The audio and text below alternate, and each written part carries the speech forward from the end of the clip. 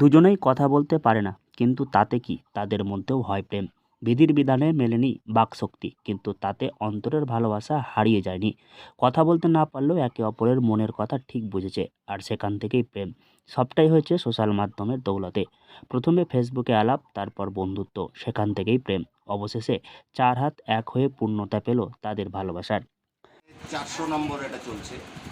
Special marriage act 1954 under section 13 অনুযায়ী আজকে আমি এই রেজিস্ট্রিটা কমপ্লিট করলাম। রাজিত সিং আর রিঙ্কি দাস, এরা দুজন।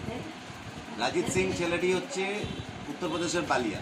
রিঙ্কি দাস আমার মদনপুর এরিয়ার মেয়ে এবং আমার বাড়ির পেছনেই থাকে। তো তাকে, তার বাবাকে আমি চিনি অনেক দিন থেকে। তারা খুব মানে যে সচ্ছল জীবনযাপন করেন তা নয়, কিন্তু ওনারা বেশ ভালো।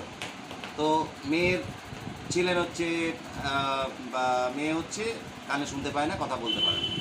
তো বাবারও একটা মাথায় চিন্তা ছিল যে মেয়েকে নিয়ে কোথায় কী করবে, বিয়ে শাদী নিয়ে একটা চিন্তা ছিল। মেয়েরও বয়স অনেক হয়ে যাচ্ছিল। তো যাই হোক, তারপরে মেয়ে ঠিক ভগবান ভাগ্য ঠিক তৈরি করে নিয়েছিল, যে কারণে রাজিত সিংকে, তার সাথে রাজিত সিংয়ের পরিচয় হয় ফেসবুকের মাধ্যমে, এবং সেখান দিয়ে তাদের মধ্যে প্রেম হয়। এবং প্রেমের পর রাজিত সিং তার নিজের চাকরি ছেড়ে চলে আসে মালদা। মালদহের যুবতী রিঙ্কি দাস জন্ম থেকেই কথা বলতে পারে না। অপরদিকে সুদূর উত্তরপ্রদেশের বাসিন্দা রজিত সিং, সেও জন্ম থেকে মূক ও বধির। তাদের দুজনের মনের মিল হয় ফেসবুকের মাধ্যমে। তারা বাধা পড়ল 7 জন্মের বন্ধনে। এ যেন সিনেমার কাহিনীকেও হার মানায়। মালদহ শহরের এলিট কর্নারের বাসিন্দা নাড়ু দাস ও কল্পনা দাস স্বপ্নেও ভাবেনি তাদের বিশেষ চাহিদা সম্পন্ন মেয়ে রিঙ্কি দাসের বিয়ে হবে। একই অবস্থা ছিল সুদূর উত্তরপ্রদেশের কিষান পল ও কমলা দেবীর একমাত্র মূক ও বধির পুত্র রঞ্জিত সিংয়ের ক্ষেত্রে। আমি ওনার দাদা, ঠিক আছে। তো উনিও কথা বলতে পারে না, শুনতে পারে না, ডিসেবল পারসন, হ্যান্ডিক্যাপ।